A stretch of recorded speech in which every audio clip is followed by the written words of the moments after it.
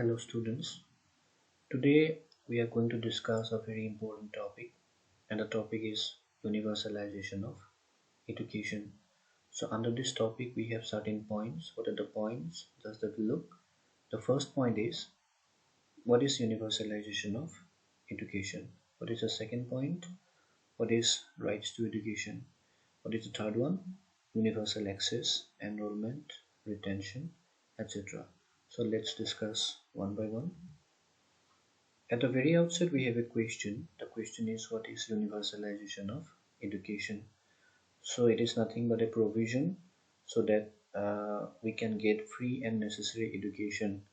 Okay, that means free and necessary education should be provided to all. It should be provided to children of age group between 6 to 14 years.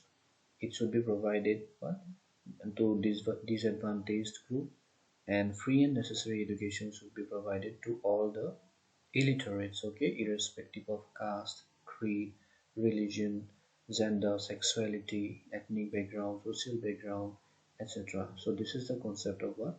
Universalization of education, and this concept is based on the idea that education is the birthright to every child. That means each and everybody should have the right to education, and this is all about what? Universalization of education. I hope you understood. Now we can proceed to the next slide. Here we have a question. What is rights to education? Okay. The Constitution 86th Amendment Act 2002 inserted Article 21A in the Constitution of India to provide free and compulsory education of all children in the age group of 6 to 14 years as a fundamental right. That means education is a fundamental right. Who are in between 6 to 14 years old, they should be given free and compulsory education irrespective of caste, creed, religion, etc. And this is written in our constitution in the article 21A. So this is all about what? Rights to education. I hope you understood. Now we can proceed to the next slide. Here we have a particular sub point. What is the point? Just have a look. It is Right to Education Act 2009. So this act, Right to Education Act, it was developed in the year of 2009, and it came into effect on 1st April 2010. What is the purpose of Right to Education Act in brief? Just have a look. To give what? To provide free and compulsory education for children between 6 to 14 years of age, irrespective of caste, creed, religion, gender, social background, uh, community, okay, etc.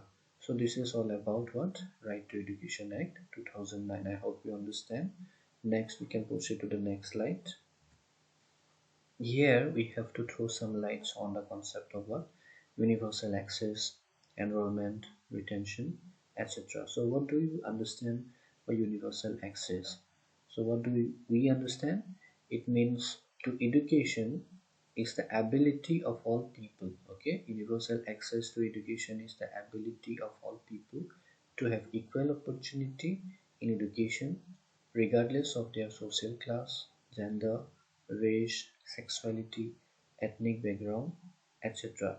That means irrespective of all these things, their social class, their gender, race, sexuality, ethnic background, social background, each and every child, okay, who are in between 6 to 14 years old, they should be given accessibility to education. This is the concept of what? Universal access to education. What is the second point? Universal enrollment. What does it mean?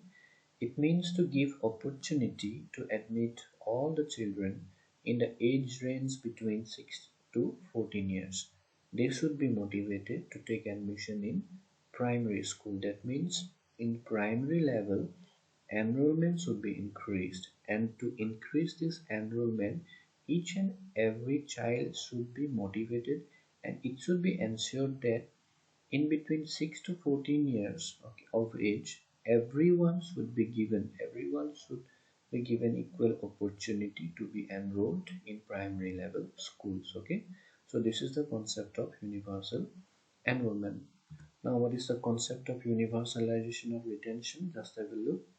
It means to give the opportunity for the child to be retained in primary school up to the completion of primary education. This is the aim.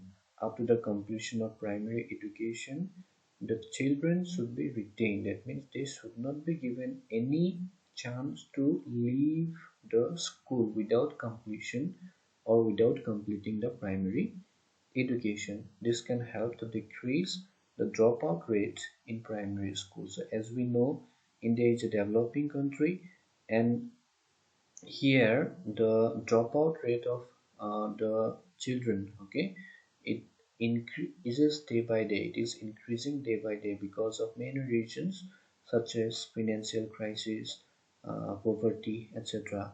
So this is the concept, this is the aim of universalization of retention, that it should be ensured that the children who are in between 6 to 14 years old, they should be given free and compulsory education, and they should not, or they cannot leave the school. They are not given any chance to leave the school without completing the primary education. Okay, so this is the concept of universalization of retention. I hope you understood. Thank you. Keep learning.